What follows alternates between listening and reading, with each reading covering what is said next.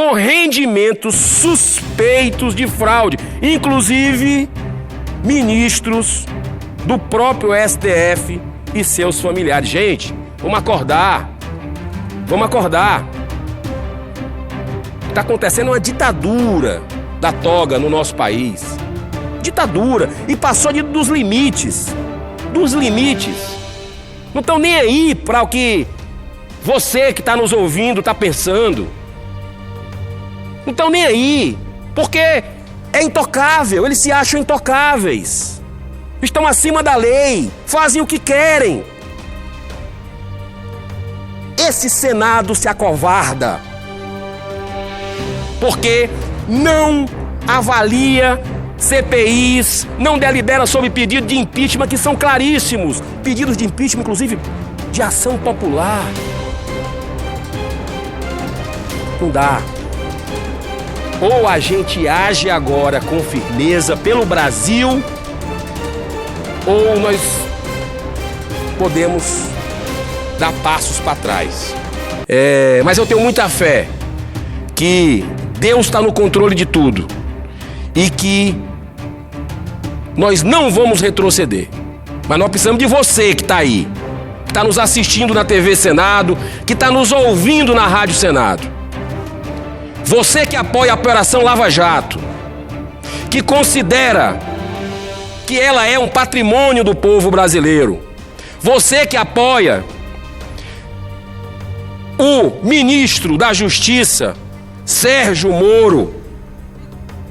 Você que reconhece o trabalho de um jovem que pode até ter tido algum momento, pela juventude, pela vontade de fazer o certo, de fazer o bem, pode ter tido, é isso quem tem que avaliar, é a justiça, algum equívoco, mas eu considero um herói, assim como o ministro Sérgio Moro. Devia ser herói da nação, pelo trabalho que tem feito para desmontar um sistema político corrupto, carcomido, que quase levou esse país à falência.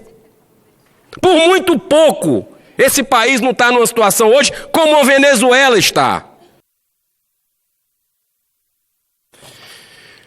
Muito boa tarde, presidente, senador Stiveson Valentim, do Rio Grande do Norte. Muito boa tarde, senador Humberto Costa, de Pernambuco, senadora Zenaide Maia, do Rio Grande do Norte também. Eu subo essa tribuna para colocar o meu ponto de vista sobre o momento que nós estamos passando agora no Brasil. É um momento gravíssimo, gravíssimo, sob todos os aspectos. E a população precisa ter consciência disso.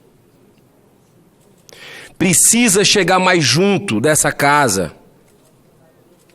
Precisa ir para as ruas, se manifestar. Eu já fico feliz em saber que dia 25, agora de agosto, vai ter mais um movimento popular. Porque o que está em jogo é o desmanche dos organismos que tentam combater a corrupção no Brasil. Eu estou extremamente preocupado com medidas que não acontecem por coincidência, é algo que está numa engrenagem perfeita,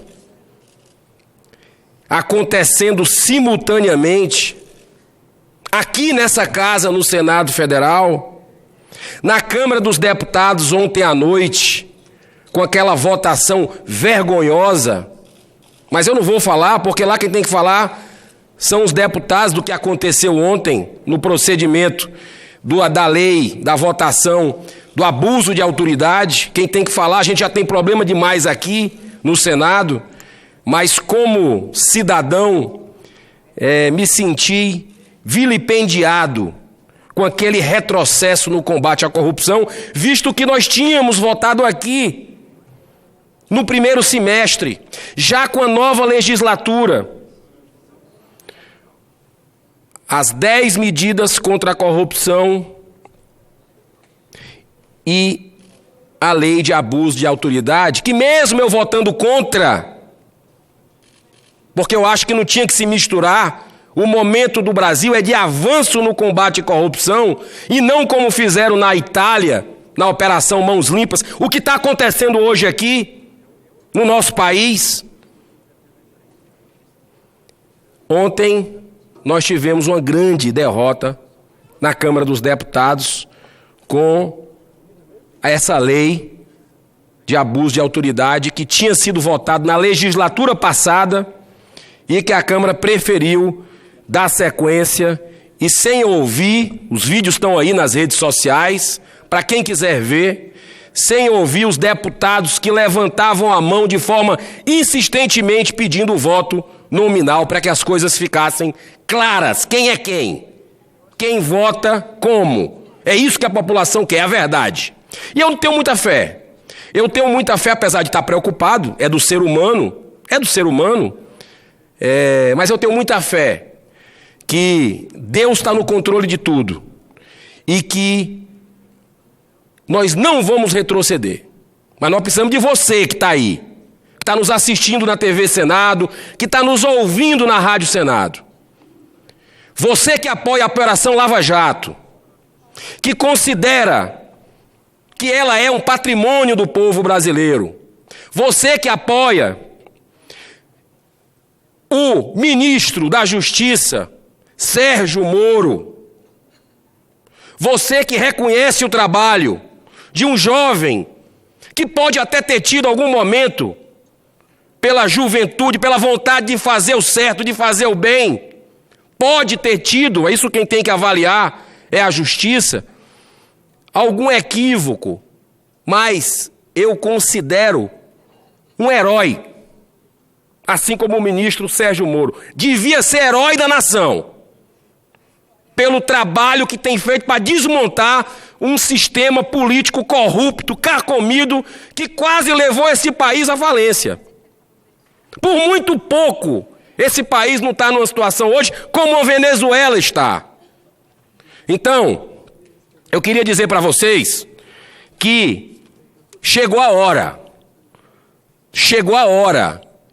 e a responsabilidade é de todos nós, Nós temos feito aqui movimentos fortes no Senado, cheguei aqui esse ano, nunca tinha sido candidato nem a síndico de prédio, foi algo muito forte, depois de muita oração, porque isso aqui, quem sabe, quem está aqui sabe, os funcionários sabem também da casa, é uma provação sobre todos os aspectos. A vida da gente fica de cabeça para baixo. Tempo para a família, difícil. Mas é a oportunidade que nós temos de servir e não de sermos servidos. E eu estou feliz em combater esse bom combate. Estou feliz, mesmo vendo esses obstáculos, essas cascas de banana, essas armadilhas que tentam colocar o Brasil num pé, voltar atrás em avanços importantes para essa nação, como a Operação Lava Jato. E eu quero dizer uma coisa importante, que eu subo essa tribuna também para tocar num assunto que está preocupando todo e qualquer cidadão brasileiro, que assim como eu, é entusiasta do combate à lavagem de dinheiro, à evasão de receita, à sonegação fiscal, ao caixa 2 de campanha e outros tantos crimes financeiros, e anseia por um país mais ético e honesto. Eu falo da total incerteza sobre o futuro do Conselho de Controle de Atividades Financeiras, o famoso COAF. Foi lá que tudo começou. Ela foi o berço da Operação Lava Jato, que, além de, pela primeira vez, colocar políticos corruptos, colocar empresários corruptos, crime de colarinho branco que nunca nesse país se iria para a prisão, Foi lá que tudo começou, esse processo de limpeza dessa chaga da corrupção e que trouxe, olha o que eu vou falar agora, a Operação Lava Jato, ela trouxe a esperança de milhões de brasileiros de novo a voltar a acreditar no Brasil. Um Brasil que não é um país rico, ele é riquíssimo. O nosso país é riquíssimo, mas foram tantos desmandos, tantos assaltos, tanta coisa equivocada, que a gente chegou numa situação vergonhosa, com 13 milhões de desempregados num país rico como o nosso. Chegamos a essa situação, e eu nunca escondi que uma das minhas principais bandeiras, deixei isso claro durante a campanha, estou votando aqui de forma coerente com essa bandeira, com essa causa, que é o combate à corrupção. E que a Operação Lava Jato foi, sim, uma das grandes inspirações que me levaram a entrar na política. Porque eu vi a coisa começar a mudar. E a gente tem que enaltecer, sim, o trabalho do então juiz, que hoje é ministro da Segurança Pública, Sérgio Moro. Pela coragem, não é fácil um sistema que estava arraigado de tanto roubo no nosso país, de tantos absurdos, ele iniciar, junto com a Operação Lava Jato, a partir do COAF, junto com procuradores, promotores, Polícia Federal, que é uma das instituições, juntas com o Ministério Público, mais acreditadas do povo brasileiro. Não foi fácil chegar onde chegamos e agora vendo o desmanche acontecer no STF, o desmanche acontecer na Câmara dos Deputados ontem, com esse projeto de abuso de autoridade, com o engavetamento de CPI da Lava Toga que está aqui, que é prerrogativa nossa. Nós somos, sim, coniventes com o que está acontecendo. Coniventes com 14 fatos determinados que mostram que existe algo muito estranho em alguns ministros do STF. Não são todos, não. Tem ministro bom, que está cumprindo o seu dever. E isso mancha a instituição. E eu quero deixar claro aqui que eu sou favorável ao STF, à manutenção desse poder importante dessa instância, mas precisa a nossa casa fazer a parte. O Senado é que tem competência para investigar as denúncias escandalosas, eu vou repetir, escandalosas que estão acontecendo em alguns ministros. E chegou a hora, sabe por quê, pessoal? Nós estamos vivendo uma crise, sim, beleza. Uma crise, é fato, que dói. Mas ponto um, crise econômica triste. Mas as crises servem para a gente acordar. As crises servem para a gente reagir, para a gente mudar o que tem que mudar. Uma crise social com 13 milhões de desempregados que eu falei, vergonhosa para um país rico como o nosso. Uma crise política, mas a maior de todas as crises. A maior, é a mãe de todas as crises, é a crise moral. Não adianta a gente querer resolver, é importante, a reforma da Previdência, é fundamental, mas não vai adiantar. A reforma tributária é importante também para tornar mais simples para todo mundo a regra do jogo, para injetar na economia mais fôlego. É importante, mas não vai adiantar, sabe por quê? Porque a maior das crises é a moral. Tudo vai desembocar no judiciário. E o nosso judiciário hoje, infelizmente, está sob suspeita. E essa casa precisa fazer o papel. Essa casa precisa ter a coragem de se posicionar. Eu queria voltar a falar do COAF, que está me preocupando muito e que vai precisar de uma posição firme do presidente da República, para ele ser coerente com o que ele falou na campanha. Ele precisa ter ousadia e honrar os votos de milhões de brasileiros como o meu, que foi para ele. ver tantos criminosos de colarinho branco, travestidos de políticos e empresários, serem investigados, indiciados, denunciados, julgados e condenados por ilícitos tão graves, me fez voltar a acreditar sim nas instituições democraticamente constituídas. Sem medo de errar, afirmo que o sucesso dessa Operação Lava Jato se deve a alguns atores que, pela tenacidade, dedicação, perseverança, esforço diuturno que esses caras trabalharam, não tem brincadeira, espírito cívico e de amor à pátria, eles merecem agora ser citados.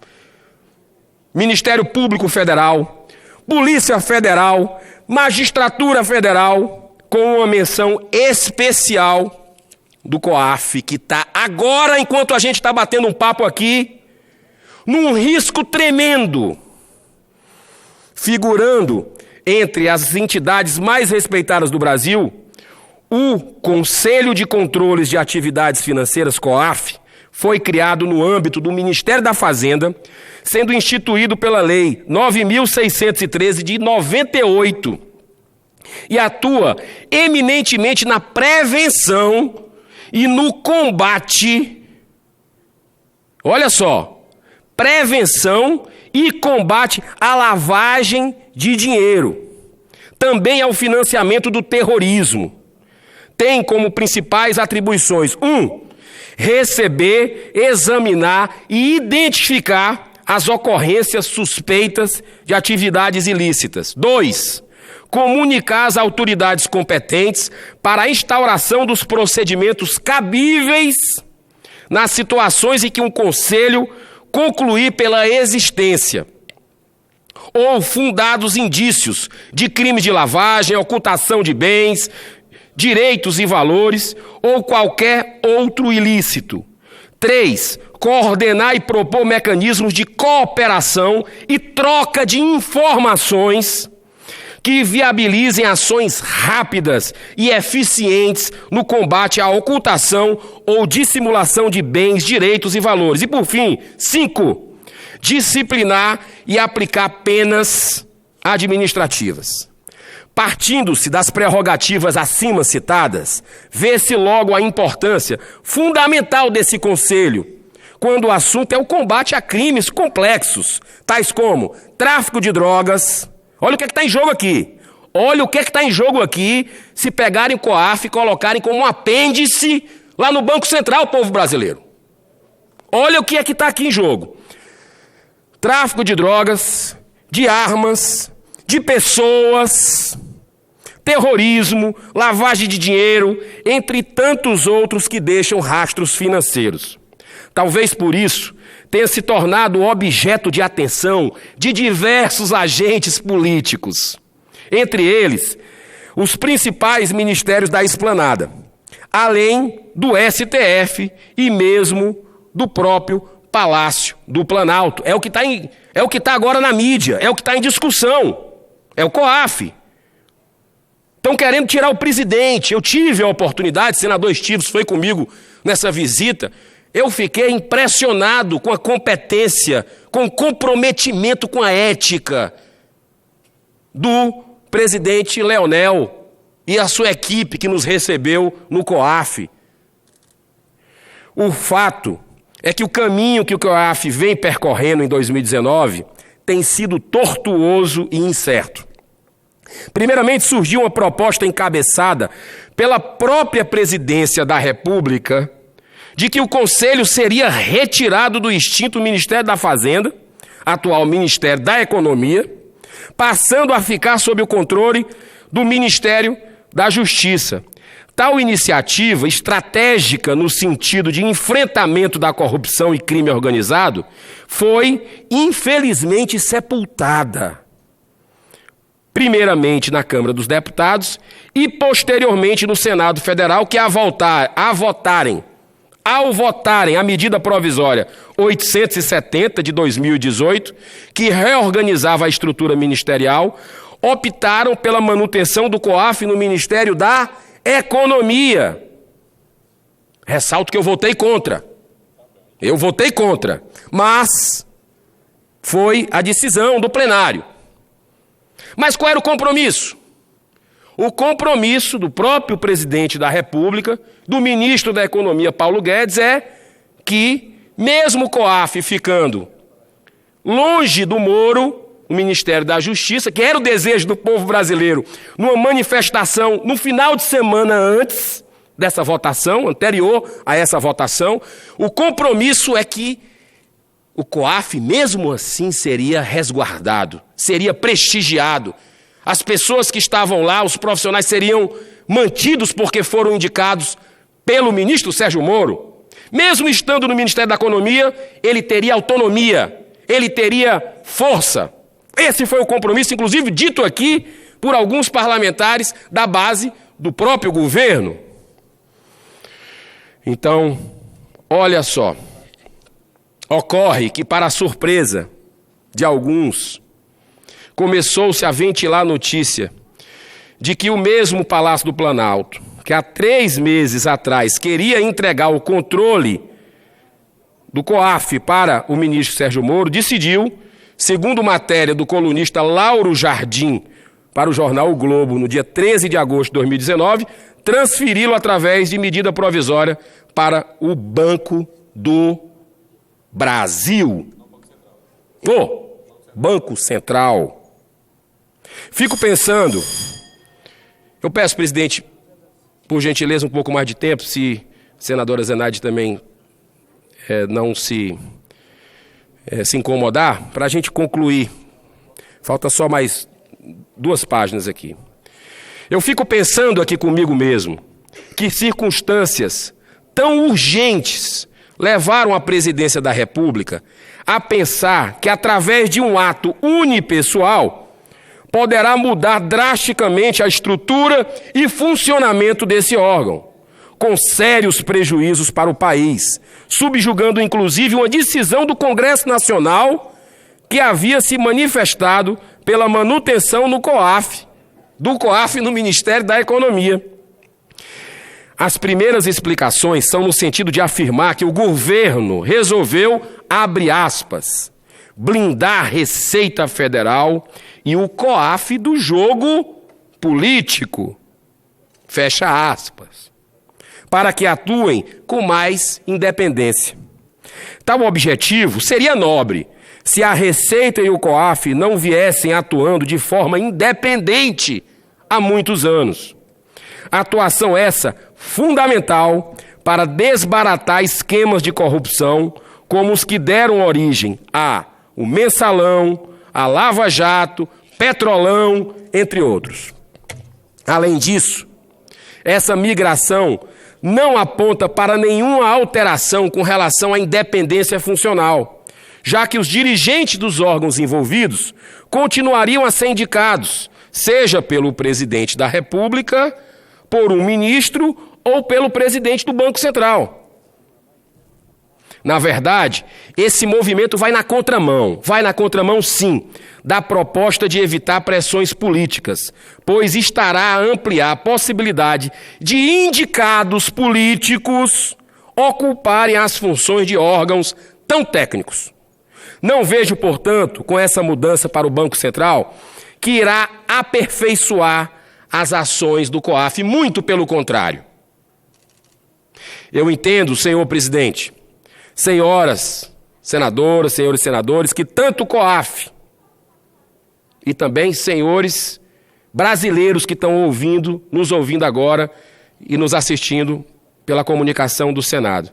Eu entendo que tanto o COAF e, por que não dizer também, a Receita Federal, por conta de sua excepcional atuação no combate aos crimes financeiros, vem sofrendo intensos ataques das mais variadas esferas do poder, cujo objetivo é tornar imunes figuras influentes da República.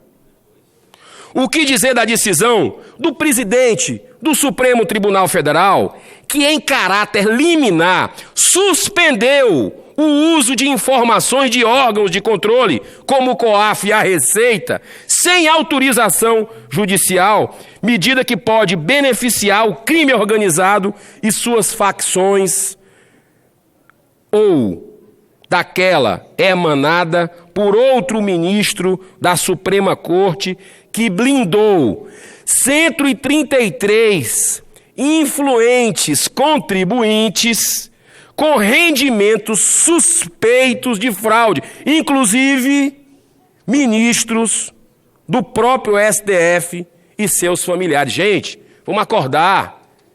Vamos acordar. Está acontecendo uma ditadura da toga no nosso país. Ditadura. E passou dos limites. Dos limites.